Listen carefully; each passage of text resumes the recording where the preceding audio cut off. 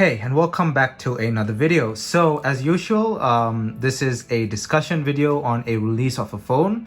And today we are discussing the Google Pixel 6 and we'll be going over some of the rumored specs and rumored pricing for this thing because nothing is official yet. It was just announced a few hours ago, and I will eventually be posting updates to this phone with the official specs and stuff when they do come out. And then we'll be also going over some of my first impressions and my thoughts on this phone. And there's quite a lot to talk about this thing as well. But before we jump right in, don't forget to smash that like button as always and hit that subscribe button if you already haven't. And hit that bell notification button to get notified whenever I upload a new video. I'm on Instagram, Discord, and Twitter, and you can follow me on those using the links down in the description below. Alrighty, let's jump right into talking about the rumored specifications first. Alrighty, so these are what are rumored to be the final specifications for the Pixel 6 and the Pixel 6 Pro.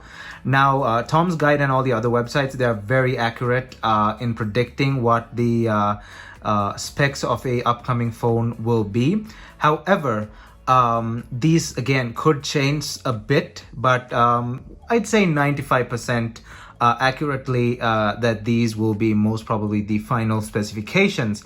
So there are two flavors of this phone. It comes in the standard Pixel 6 and the Pixel 6 Pro as well.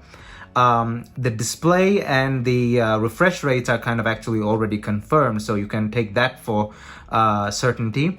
Now the Pixel 6 and the Pixel 6 Pro both will come shipped out of the box with Android 12, so that's good. The display on the standard Pixel 6 will be 6.4 inches. It's an AMOLED display and will have a refresh rate of 60 Hz.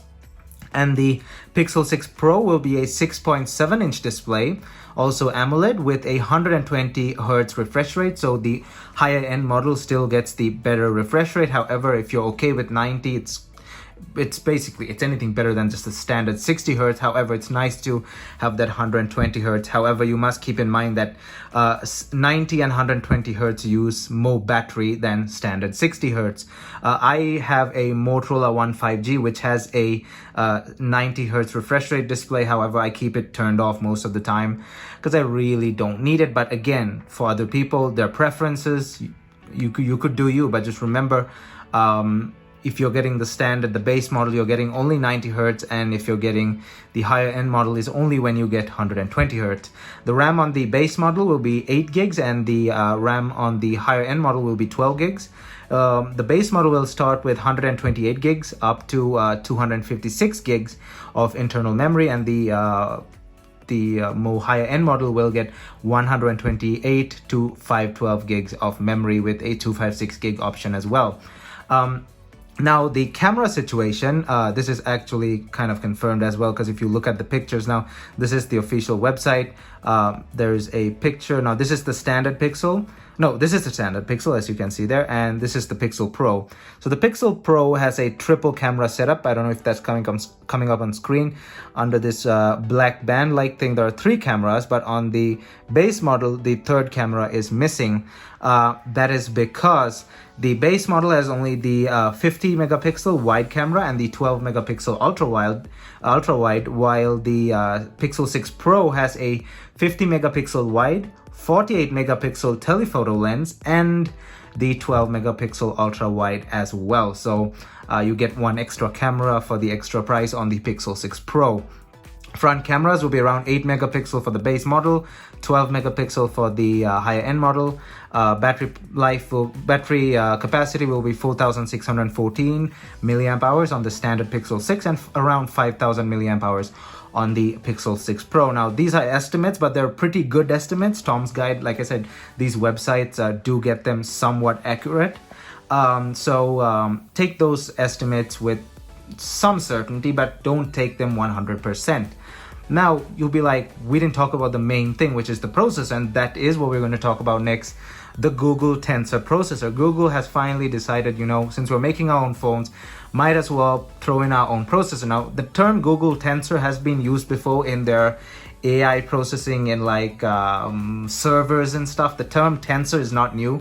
However, they finally made a phone processor named after their server processors, and they've also called it the same name, Google Tensor. It's designed by Google, and it will be Pixel specific. So all the Pixel phones from now on will be using Google Tensor processors instead of Qualcomm processors. They must have thought, Apple's been doing it for now 11 years, since 2010 on the iPhone 4 with the Apple A4, and they thought, might as well stop relying on Qualcomm and all the other third-party manufacturers to supply us with chips, so we'll go ahead and make our own chips.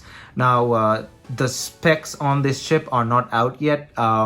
It definitely will be probably an octa-core processor. I don't think there's a reason to go with hexa-core at this time, but depending on efficiency and stuff, they may go, I don't know. I'm not going to say I'm certain or not. I'm not going to say anything, but most probably it's going to be an octa-core. Processing speeds, I really can't tell you. Maybe comparing it to something like the upcoming Apple A14X or maybe the future A15. They're definitely looking to compete directly with Apple here, because Apple's making their own chips, and they should go head to head with Apple on the processor department of things. So it's going to be really interesting to see what comes out of this processor. Google is heavy on AI processing, so definitely expect a lot of AI related stuff to this processor. That'll also help the phone with other augmented reality stuff, and like basically this phone is going to have more control over its hardware than it would when using a Qualcomm processor, just as Apple does, because the main reason Apple wanted to make their own chips is they have full control over the chip, because they make it, they design it, and they put it in their own phone, and they can sync it perfectly with their hardware and stuff. What's that called? Vertical optimization or vertical integration. There we go. Vertical integration. That's the word. So Google is also going for that approach here. So there's a lot more to talk about this processor when the specs come out. Now let's talk about design and colors. Now we have the Pixel 6 Pro. Comes in a yellow. It also comes in a blue like that. It's a purple-ish lavender kind of color. Looks more like lavender, yeah, so around a lavender kind of color.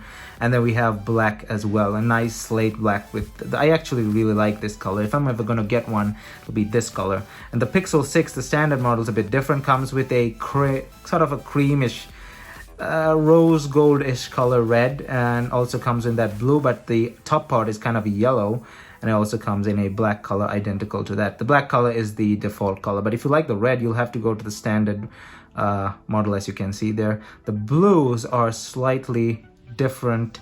Well, they're not really blue, aren't they? This one's more purplish. This one's more, I don't know. I'm not an expert on colors, but that is what the colors are. Now for design. Now this thing looks very different. Hold up, let me bring up another page here. Alright, so this thing definitely looks a bit different from the back. The front looks like most smartphones we see today. Hole punch camera. The bezels are really slim, so I like that.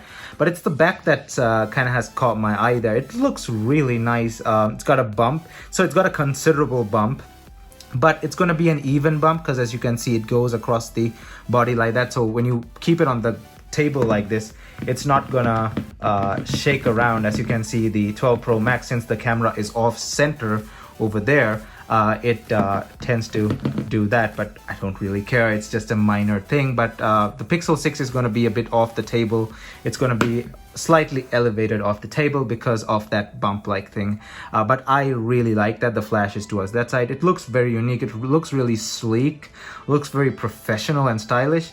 I wish they did a better job with the front and made it look a bit different from other phones, but that's what we got. So not too happy on the front. I mean, it's not ugly. It's basically what every other phone looks like, every other Android phone with a single hole punch camera in the front, but we'll have to live with it. But the back, honestly, they did a really good job. I really like that design. It's very minimalist, professional. Oops, I kind of ran out of space on my phone, so sorry about that. What I was basically saying was the back is very minimalist. As you can see, just the Google logo there. This is not going to be coming locked to any carrier like AT&T or Sprint or anything, so there won't be an ugly AT&T logo down there. I've been annoyed in the past with these logos like that. There we go, Verizon, and like, okay, this is a Note 5. Now the back of the Note 5 isn't the nicest thing ever. It's nowhere even close to like that. But still, they throw this extra logo there. It kind of ruins that minimalist, professional looking back thing that you basically a lot of phones have. Even my Motorola One 5G has that. It kind of ruins the design, but whatever. But this is not going to come locked to any network like that, so we're good on that department. Here's another photo, courtesy of The Verge, with a bunch of colors and stuff there. So that's what you can expect. Kind of like this orange dual tone thing as well. That was the standard Pixel. All right, now starting to talk about pricing. Now, if you were thinking that this is a budget-friendly phone like the previous Pixels, that's not the case. Google has said, and I quote, this will be a premium price product. So don't expect it to be like $599, $699, stuff like the Pixel 5. No, there's a chance the Pixel 6 could start at a $999 price tag. But then again, like I said, this is all speculation, but it could be true, it could not be true. These are rumored specifications. But then again, they should consider that Apple is offering phones for cheaper. There you can get the iPhone 12 mini for, was at $699. You can get the Galaxy S21, oh here we are. You can get the Galaxy S21 for $799. So the Pixel 6 starting at $999. They should probably compete with Apple at $699, honestly. The Pixel 6 should start around $699. Maybe the Pixel 6 Pro could probably go to $999, maybe. But that'll be too much of a price jump. So $899 to $200 different? I don't know. These are just estimates again. So we have to wait and see on the official pricing of things. And speaking of pricing, when is this thing releasing? So they said on Google's website, coming 2021 fall. So expect it to be around September. And they also say the Pixel 5 came September 30th of last day. So expect it to be around maybe September, October-ish. That's roughly when this thing probably will come out. Pricing and official specs, basically all the specs, has to still be released. So we'll be definitely covering all of that on this channel when Google starts mentioning those things. But until then, we'll have to just wait and see on what the final pricing and all that stuff will be, because until now, nothing is certain. So my impressions on this thing, like I said earlier, I really dig the camera layout, the design, everything.